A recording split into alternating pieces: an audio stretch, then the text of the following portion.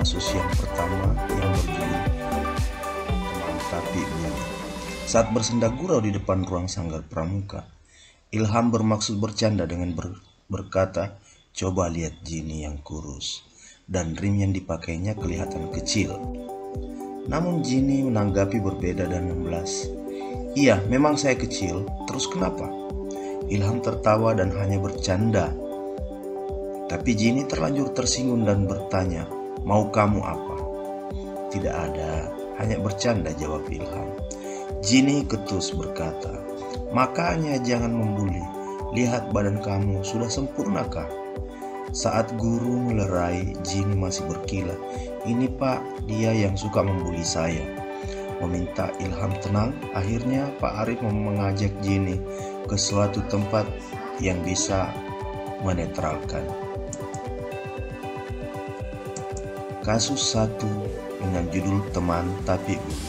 Berikut percakapannya.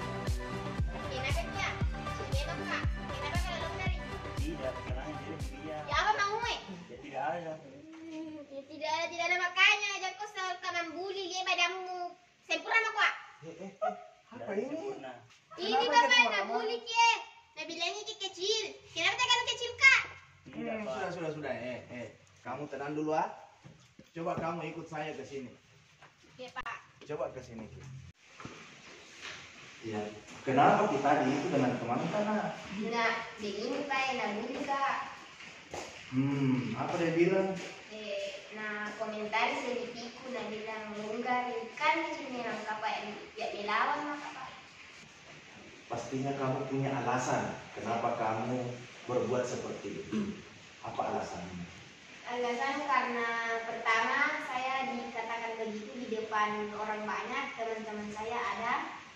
Kedua, dia menghina fisik dan menurutnya itu hanya bercandaan tapi mengaruh pada fisik. Ketiga, itu menurut saya sesuatu hal yang sangat I don't like because karena memang fisik bukanlah suatu candaan. Banyak hal yang bisa dicandakan selain daripada fisik. Iya.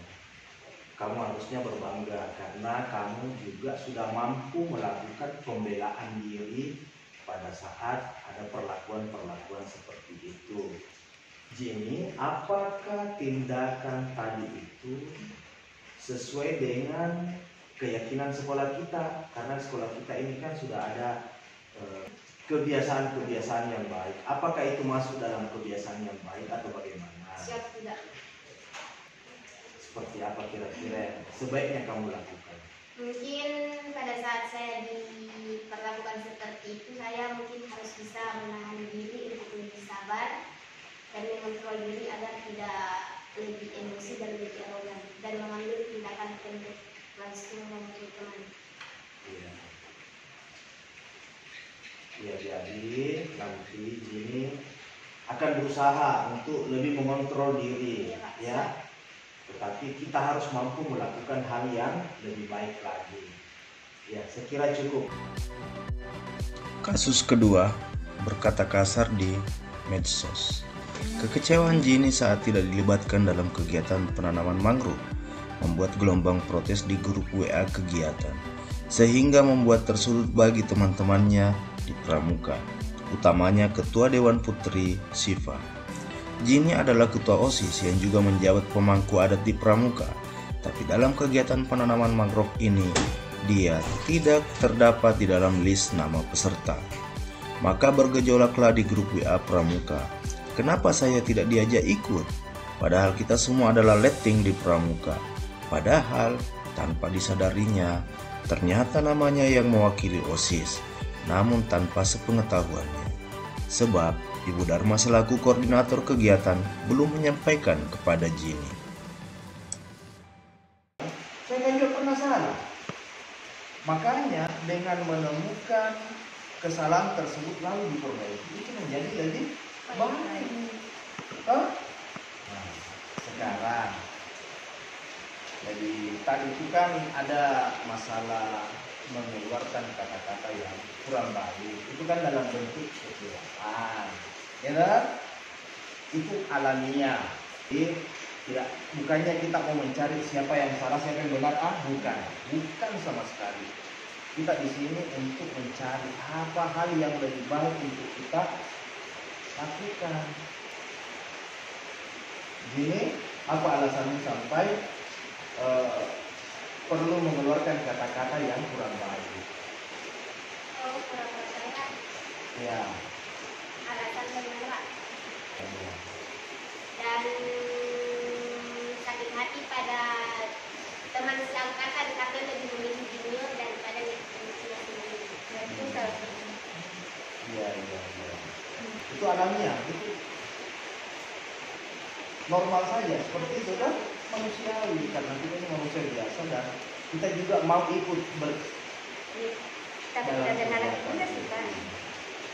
Cuman saya tidaknya kasih info nih, Pak. Ya, seperti itu nih. Misalnya saya dapat info yang saya juga bisa ikut, begitu. Ya, sekedar informasi ya. Ya, jadi kamu ini lagi mempertahankan bahwa saya juga ini harusnya berhak atas informasi itu. Iya, ya kan? Kan seangkatan.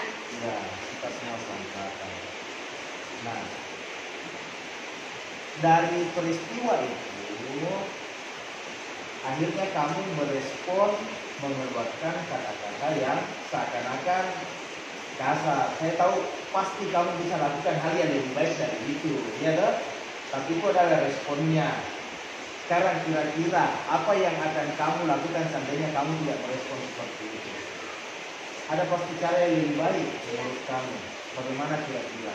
Mungkin caranya itu lebih ke arah positif. Salah satunya dengan cara lebih bisa sabar dan memahami situasi, karena kan Ibu Dharma juga menjelaskan alasan kenapa situasi dan kondisi pada saat itu lebih memilih ke junior daripada lebih suka. Jadi dikondisikan itu. Kira-kira ke depannya, kamu mampu bersikap lebih baik atau memiliki sikap yang lebih baik dari itu? Kira-kira mau ya melakukan hal yang lebih baik dari itu? Karena tentunya kita semua ini mau menjadi orang-orang yang lebih baik daripada sebelumnya. Ya, saya kira itu. Assalamualaikum warahmatullahi wabarakatuh.